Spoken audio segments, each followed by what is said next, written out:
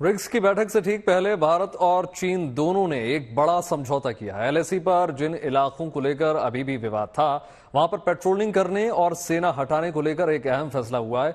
माना यह जा रहा है कि कजान में अगर मोदी और जिनपिंग की मुलाकात होती है तो दोनों देश एलएसी पर चीन के साथ हुई समझौते की पूरी जानकारी अभी नहीं है, मगर माना जा रहा है कि पूर्वी लद्दाख के जिन इलाकों में अभी दोनों देशों की पेट्रोलिंग बंद है, वहां पेट्रोलिंग शुरू होगी और सेनाएं भी पीछे हटेंगी। एलएसी पर तनाव की शुरुआत जून 2020 में शुरू हुई थी, जब चीन ने एक्सरसाइज के बहाने सैनिकों को जमा कर लिया था। इसके बाद कई जगहों पर घुसपैठ की घटनाएं हुई और फिर 15 जून को गलवान घाटी में ऐसी हिंसक झड़प हुई, जिसके बाद तनातनी अपने शिखर पर पहुंच गई। चीन को माकूल जवाब देने के लिए भारत ने भी सीमा पर सैनिक तैनात कर दिए। दोनों देशों के रिश्ते बिगड़ते गए। हालांकि इस दौरान विवाद सुलझाने के लिए दोनों के बीच कॉर्प्स कमांडर लेवल की बातचीत शुरू हुई और अच्छे नतीजे भी निकले। गलवान घाटी और पेंगोंग झील जैसे इलाकों से सैनिकों को पीछे करने पर समझौता हुआ, पर देपसांग और डेमचोक इलाके में चीन अपने दावे पर डटा रहा। इसी वजह से ना तो सेनाएं हटी और ना पहले की तरह पेट्रोलिंग शुरू हुई। अब माना जा रहा है कि देपसांग और डेमचोक के साथ कुछ और पॉइंट्स पर भी समझौता हो गया है। 段时间以来，中印双方通过外交和军事渠道就中印边境的有关问题保持密切沟通。目前，双方已就有关问题达成解决方案，中方对此予以积极评价。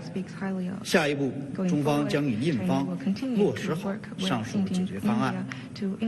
关于你提到的双边会见。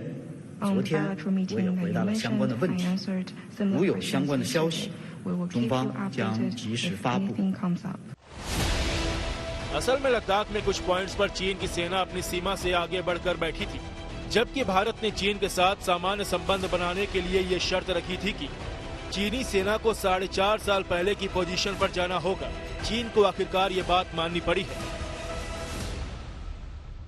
As far as we are concerned, we were looking at that we want to go back to the status quo of April 2020.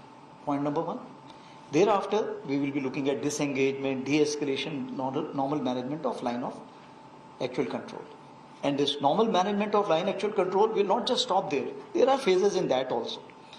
So this what I am saying, it has been our stance from April 20 itself when General Y.K. Joshi was the army commander, and even today that remains the same way.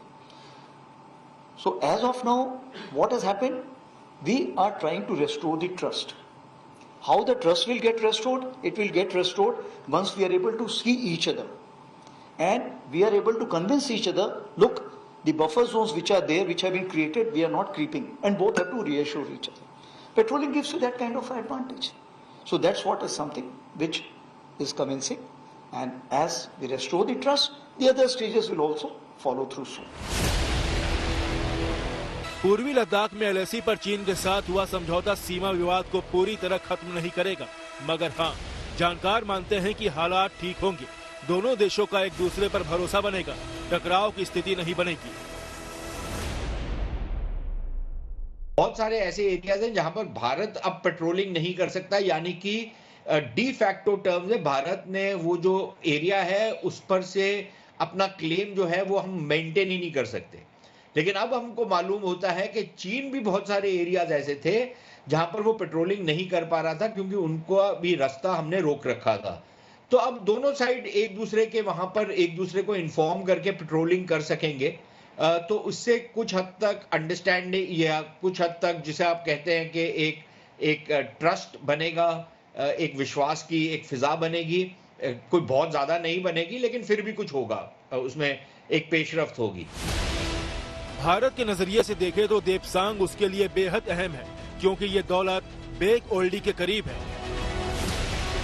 जहां military base के साथ भारत की सबसे ऊंची हवाई पट्टी स्थित है और यहां से काराकोरम दर्रे पर पकड़ रहती है। साथ ही चीन और पाकिस्तान दोनों पर नजर रहती है। अब इस समझौते के बाद नजर इस बात पर टिकी है कि कजान में मोदी और जिनपिंग की मुलाकात के बाद चीन और भारत के रिश्ते किस दिशा में जाएंगे। कजान से गौरव सावंत के साथ bureau report, good news today.